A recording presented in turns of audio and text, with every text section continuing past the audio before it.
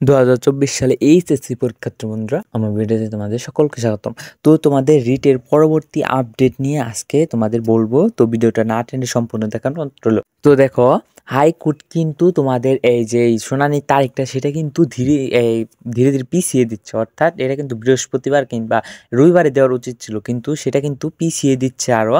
তো জানি না কেন এমন করছে, কিন্তু তোমাদের কিন্তু এই ডেটটা পিছিয়ে দিচ্ছে। তাই কিন্তু তোমরা অনেকেই মনে করছো যে হয়তো আমাদের রেজাল্টটা পরিবর্তন হবে না। তো তোমরা তাই বলে কিন্তু অনেকেই আশা ছাড়িয়ে দিচ্ছ, হার মেনে নিচ্ছ যে আমাদের রেজাল্টটার পরিবর্তন হবে না।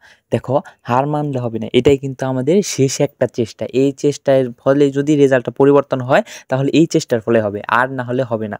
আন্দোলন দ্বারা কোনো কিছু সম্ভব না, কিন্তু শুধু আন্দোলন করলে হবে না, একটা যৌক্তিক পদ্ধতিতে কিন্তু তোমাদের রেজাল্টটা পরিবর্তন করতে হবে। তো এটাই আমি মনে করছি যে তোমাদের হাইকোর্টে রিটের মাধ্যমে কিন্তু তোমাদের রেজাল্টটা পরিবর্তন হলে তো বেশি ভালো হবে। তো তোমাদের অনেকেই বলছে আন্দোলন করতে, না দেখো, আন্দোলন করে কিন্তু এখন কিছুই হবে না। তো আবার অনেকে বলছে যে সামনে তো আমাদের ভার্সিটি অ্যাডমিশন আছে, তো তাই বললে পড়াশোনা করতে হবে। দেখো, তোমার কিন্তু এই দিকে এত খেয়াল রাখতে হবে, তুমি খালি আমার চ্যানেলটাকে সাবস্ক্রাইব করে রাখো এবং ভবিষ্যতে যে আপডেটগুলো আসে সেগুলো দেখতে থাকো। তোমার যেই ভার্সিটি অ্যাডমিশন আছে সেটা তুমি চালিয়ে যেতে থাকো, তোমার এত এইদিকে খেয়াল করতে হবে না। আর যারা ফেল করেছো তারা পরবর্তী বছরের পরীক্ষার জন্য প্রস্তুতি নিতে থাকো। যদি তোমার রেজাল্ট পরিবর্তন হলে হলো, আর যদি না হয় তাহলে তো তোমার পরবর্তী বছর পরীক্ষা দিতে হবে। তো সবাই আশা হারিও না।